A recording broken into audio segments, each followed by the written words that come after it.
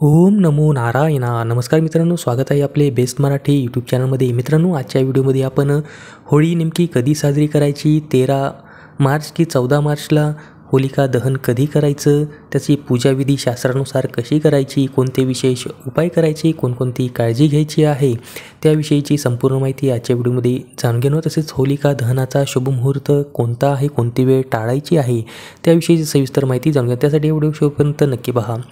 मित्रांनो, होळीचा पर्व हा 2 दिवस चालतो. पहिल्या दिवशी होळीपूजन विधिविधानपूर्वक केले जाते व दुसऱ्या दिवशी ज्यालाच धुलिवंदन म्हटले जाते, या दिवशी रंगांची उधळण केली जाते. तर ही जी होळी आहे फाल्गुन शुक्ल पक्ष पौर्णिमेला साजरी केली जाते, परंतु 13 व 14 मार्च हे 2 दिवस पौर्णिमा आहे. तर मग नेमकी होळी कधी साजरी करायची, होलिका दहन कधी करायचं, तर पौर्णिमा तिथी जाणून घेऊ. तर पौर्णिमा तिथी प्रारंभ होते 13 मार्च 2024 रोजी सकाळी 10:35 ते 14 मार्चची दुपारी 12:23 परंतु जी सूर्योदय व्यापिनी जी तिथी आहे ती 13 मार्च रोजी आपल्याला प्राप्त होत आहे. त्यामुळे 13 मार्च रोजीच आपल्याला होलिका दहन हे करायचं आहे आणि दुसऱ्या दिवशी आपण धुलिवंदन करायचं आहे. आता याचा जो शुभमुहूर्त आहे होलिका दहनाचा, तो देखील जाणून घ्या. तर होलिका दहनाचा शुभमुहूर्त आहे 13 मार्चच्या रात्री 11:30 ते रात्री 1:04 हा होलिका दहनाचा मुहूर्त असणार आहे. त्याच्यामध्ये दिवसभर का नाही, तर त्याच्यामध्ये भद्रा आलेला आहे, भद्रा काळ. तो 13 मार्च रोजी सकाळी 10:36 ते रात्री 11:29 भद्रा काळ असणार आहे. त्यामुळे त्याच्यानंतर आपल्याला ती होलिका दहन करायचं आहे. तर तसेच दुसऱ्या दिवशी पौर्णिमेच्या 14 तारखेला चंद्रग्रहण देखील आलेलं आहे. आता आपण जी होळीचं जे पूजन आहे ते नेमकं कसं करावं ते जाणून घेऊया. तर होळी पूजनासाठी जी लागणारी सामग्री आहे त्यामध्ये हळद, कुंकू, चंदन, अक्षता, मूग, काळे तीळ, लाल धागा, लवंग, ज्याला फूल असेल असे लवंग घ्यायची आहे, मोहरी, मनुके, फूल, गुलाल, त्यानंतर धूप, दीप, कलश, घंटी, फळे, विड्याची पाने, सुपारी, इलायची, त्याच्यानंतर शेणाच्या गौऱ्या लागणार आहे 5 ते 8, कापूर, नारळ, बत्तासे, पुरणपोळी नैवेद्यासाठी, तसेच नवीन धान्य जे आपले आलेलं आहे गहू, हरभरे इत्यादी आहुती देण्यासाठी लागणार आहे. आता आपण पूजाविधीला जाणून घेऊया. तर सर्वात अगोदर आपल्याला ज्या ठिकाणी होळी दहन करायची आहे ती जागा स्वच्छ करायची आहे, सडा रांगोळी काढायची आहे आणि त्या ठिकाणी मध्यभागी ऊस किंवा एरंड्याचं खोड आपण उभा करायचं आहे.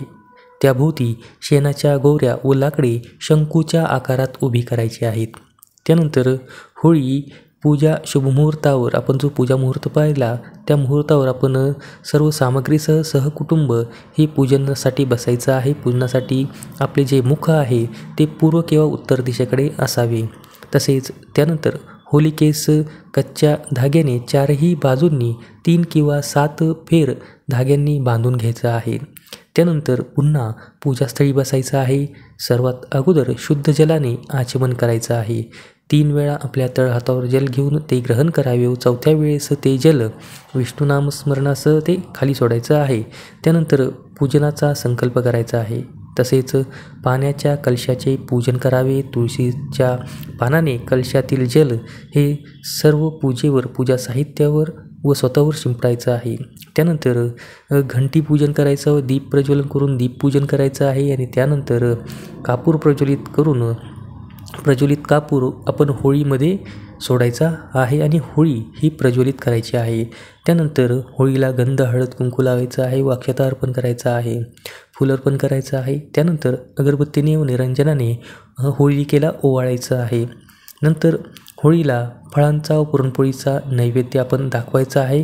तो नैवेद्य प्रज्वलित होळीत अर्पण करायचा आहे. तसेच दूध, तूप एकत्र करून तुळशीच्या पानाने ते प्रज्वलित अग्नीमध्ये शिंपडायचं आहे. तसेच होळीला आपण 3 प्रदक्षिणा घालायच्या आहेत व शेवटी बोंब ठोकायची आहे आणि आपल्या घरकुटुंबाच्या सुखशांती समृद्धीसाठी होलिकेला हात जोडून प्रार्थना करायची आहे. तसेच या पौर्णिमेच्या रात्री चंद्राच्या शीतल प्रकाशात बसून एक मंत्र जप केल्यास मानले जाते की इच्छापूर्ती व मोक्षप्राप्ती होते. तो मंत्र आहे ओम क्लीं कृष्णाय नमः किंवा ओम नमो भगवते वासुदेवाय. हा मंत्र जप आपण अवश्य वेळ काढून करायचा आहे. तसेच आपण ज्यावेळेस होळी पेटवणार, त्यानंतर प्रदक्षिणा घालणार. त्यावेळेस प्रदक्षिणा घालत असताना आपण त्या होलीमध्ये हरभरा, गहू किंवा गव्हाच्या ओंब्या, मूग इत्यादी आहुती द्यायची आहे. त्यामुळे अग्नीमध्ये ते आपण टाकायचं आहे. त्याचबरोबर पौर्णिमा असल्याने या रात्री पिंपळाच्या झाडाखाली एक तुपाचा दिवा लावून त्याच्या 7 प्रदक्षिणा आपण घालायच्या आहे. आणि प्रदक्षिणा घालत असताना ओम नमो भगवते वासुदेवाय या मंत्राचा जप अवश्य करायचा आहे. ज्यामुळे मानले जाते की घरामध्ये सुख, शांती, समृद्धीचे आगमन होते. तर अशा प्रकारे या होळीच्या दिवशी आपण होलिकाचे विधिवत पूजन करायचं आहे. तर तुम्हा सर्वांना होळीच्या खूप साऱ्या शुभेच्छा. धन्यवाद.